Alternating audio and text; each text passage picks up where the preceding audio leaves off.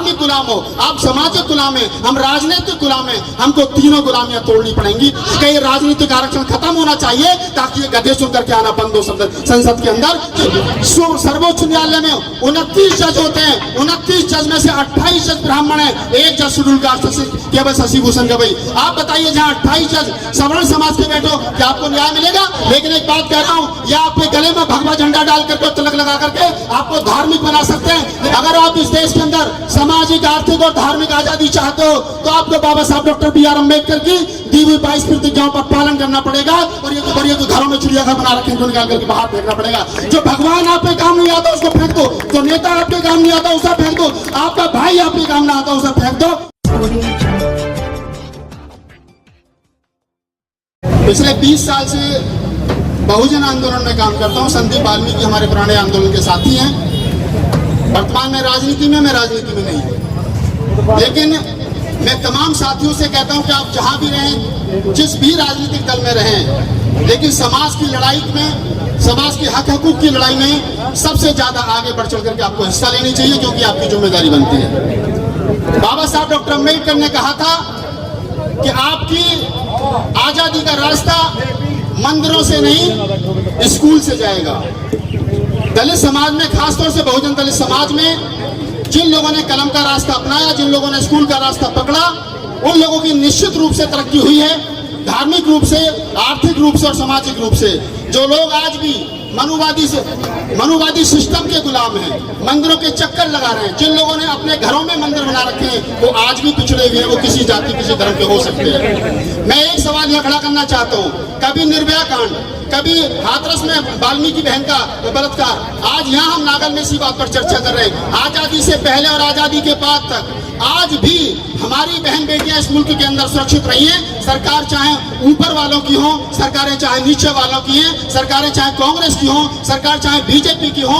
ये हो सकता है कि कांग्रेस की सरकार में कम या ज्यादा, या इनकी सरकार में कम या ज्यादा, ये आंकड़ा कम या ज्यादा हो सकता है, लेकिन आज भी ये सच्चाई है कि अगर इस देश के अंदर 100 रेप होते हैं तो उनमें से 68 रेप जो है इस देश की दलित समाज की बेटियों के होते हैं। इसके पीछे कारण क्या है, इसको समझना पड़ेगा।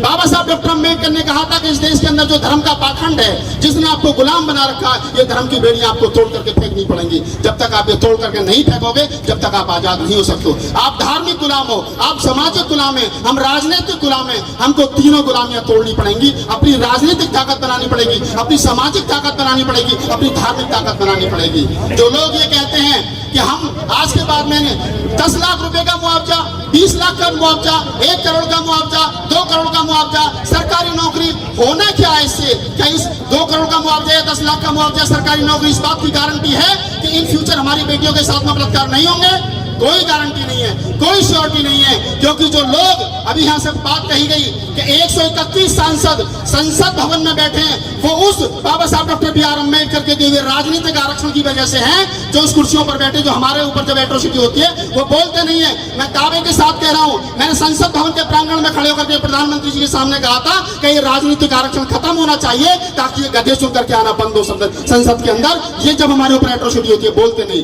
131 सांसद, 1044 पूरे मुल्क के अंदर विधायक हमारे समाज के, और जब हमारे समाज के ऊपर एट्रोसिटी होती है बोलते नहीं है। अभी मैं कुमारी शैलजा जी का इंटरव्यू कर रहा था, उन्होंने कहा कि हमारी सरकार ने 1989 दलित एट्रोसिटी एक्ट बनाया, दूसरी सरकार आई उन्होंने कमजोर कर दिया।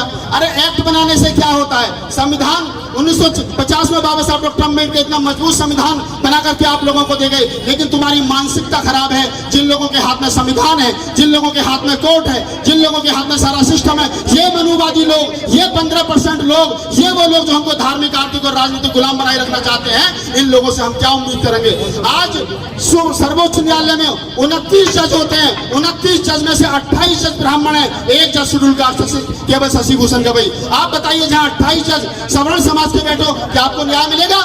जब न्यायपालिका में आपकी भागीदारी नहीं है, राजनीति में मजबूत आपकी भागीदारी नहीं है। संदीप वाल्मीकि भाई ने कहा कि आपकी पूंछ दूसरी पार्टियों में लंबी हो सकती है लेकिन मजबूत नहीं हो सकती। यही बात मान्यवर साहब कांशी राम ने कही थी। अगर आपको अपनी राजनीतिक ताकत बनानी है तो आपको कम से कम ऐसे लोगों को चुनना पड़ेगा जिनका गरेबान पकड़ करके आप सवाल पूछ सको कि जब हमारे ऊपर एट्रोसिटी हो रही थी तब आप कहाँ थे। आपको पूछना पड़ेगा इन झाड़ू वालों से, जिन्होंने झाड़ू का चुनाव चिन्ह तो रखा है लेकिन इनको झाड़ू वालों की कोई चिंता नहीं है। चुनाव चिन्ह रखने से हमारे समाज का विकास नहीं होगा। हमारे समाज का विकास होगा हमारे समाज की बात करने से, हमारे समाज के ऊपर बजट खर्च करने से, हमारे समाज को स्कूल, अच्छा न्याय, अच्छा स्वास्थ्य देने से हमारे समाज का विकास होगा। ये जितने लोग आपके बीच में आते हैं, मैं किसी का नाम नहीं ले रहा, लेकिन एक बात कह रहा हूँ, ये आपके गले में भगवा झंडा डाल करके, तिलक लगा करके आपको धार्मिक बना सकते हैं, लेकिन आपको न्याय पे लड़ने के लिए, बाबा साहब डॉक्टर B.R. अम्बेडकर के मूवमेंट पर चलने के लिए मजबूर नहीं कर सकते। मैं अंतिम बात अपनी कह करके अपनी बात खत्म करता हूँ। मैं कहना चाहता हूं, अगर आप इस देश के अंदर सामाजिक, आर्थिक और धार्मिक आजादी चाहते हो तो आपको बाबा साहब डॉक्टर B.R. अम्बेडकर की दी हुई 22 प्रतिज्ञाओं पर पालन करना पड़ेगा, और ये जो घरों में चिड़ियाघर बना रखे हैं निकाल करके बाहर फेंकना पड़ेगा। जो भगवान आप पे काम नहीं आता उसको फेंक दो, जो नेता आप पे काम नहीं आता उसे फेंक दो, आपका भाई आप पे काम ना आता उसे फेंक दो।